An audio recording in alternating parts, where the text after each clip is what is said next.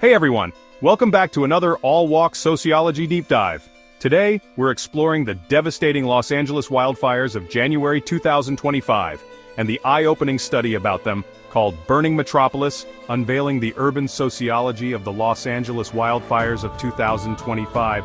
This report isn't just about the natural disaster itself, it reveals how social factors, like zoning, inequality, and urban planning, have turned a wildfire into a full-blown sociological crisis. That's right.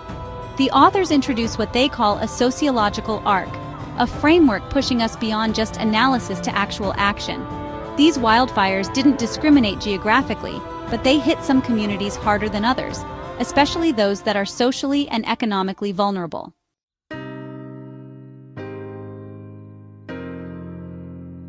Let's start with a big finding.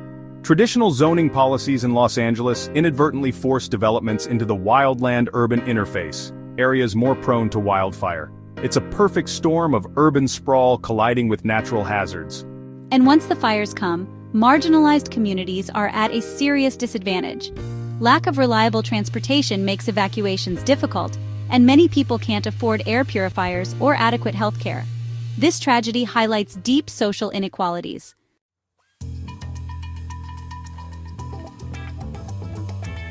That's where the report's Resilient Neighborhoods Toolkit comes in.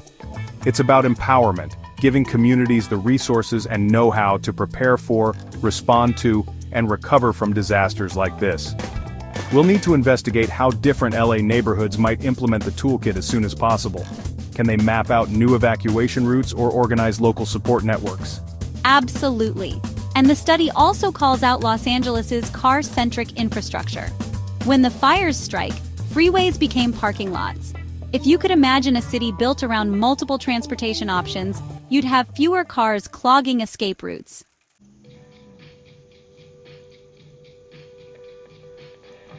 That's why the authors propose a complete transportation overhaul, expanding public transit, developing fire-resistant bike lanes, and incentivizing ride-sharing. Yes, these changes can be expensive, but they argue that the cost of doing nothing is far greater.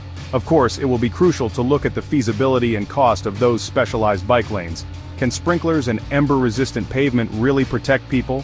It's bold thinking, but we can't ignore social infrastructure either. Strong community networks, trust, and mutual support are just as important as physical roads and buildings.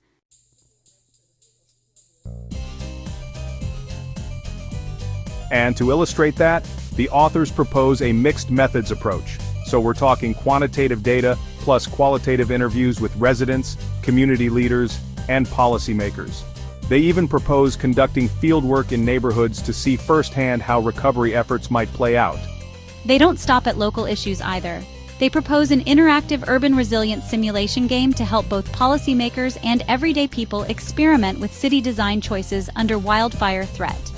If implemented, it would be so insightful to follow up on how that game's progressing. It could become a huge educational tool, right?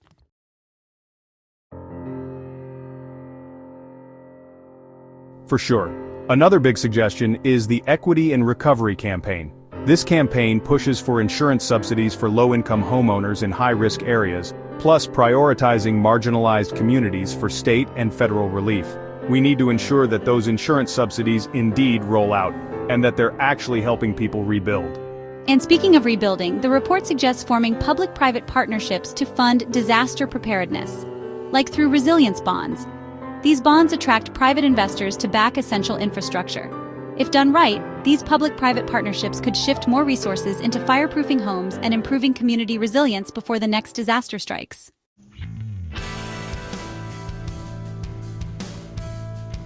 Now, beyond Los Angeles, the authors advocate for a global resilience network, sometimes referred to as the Sociology and Crisis Campaign.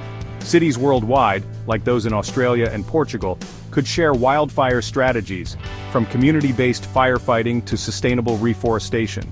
We would also want to research how places like Australia manage their community-based fire programs and see whether Portugal's reforestation policies could inspire changes here. No city is an island when it comes to climate disasters. This global approach is about sharing success stories and, just as importantly, failures, so that we can all move forward stronger together.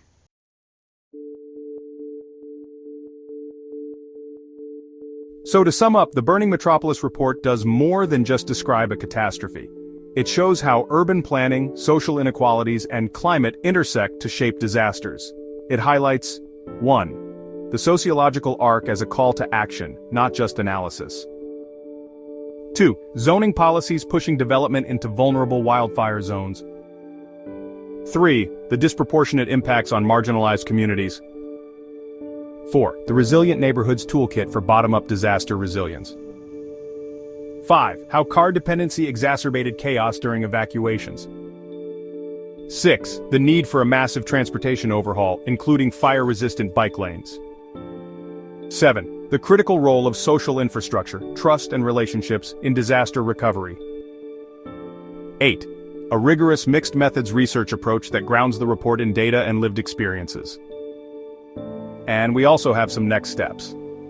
Investigate how LA communities might actually use the Resilient Neighborhoods Toolkit. Follow up on the interactive simulation game's potential development. Research lessons from Australia and Portugal for comparative insights. Examine the costs and feasibility of those suggested fire-resistant bike lanes. Track the feasibility of the Equity and Recovery Campaign's insurance subsidies. Investigate the status of public-private partnerships for disaster preparedness. Follow up on the Global Resilience Network initiative. This is about more than just surviving wildfires. It's about tackling the root causes, from inequitable housing to transportation shortfalls, and building a future where everyone is better prepared. Whether you live in LA or anywhere else facing climate threats, these lessons matter. Exactly, so we want to hear from you. What do you think of these proposed solutions? And how can we, as a society, push for equitable and resilient policies and practices?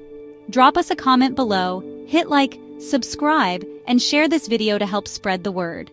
Because building resilience isn't just a policy decision, it's a collective responsibility. Thank you for tuning in to All Walks Sociology Deep Dive. Stay safe, stay curious, and remember, resilience starts with all of us.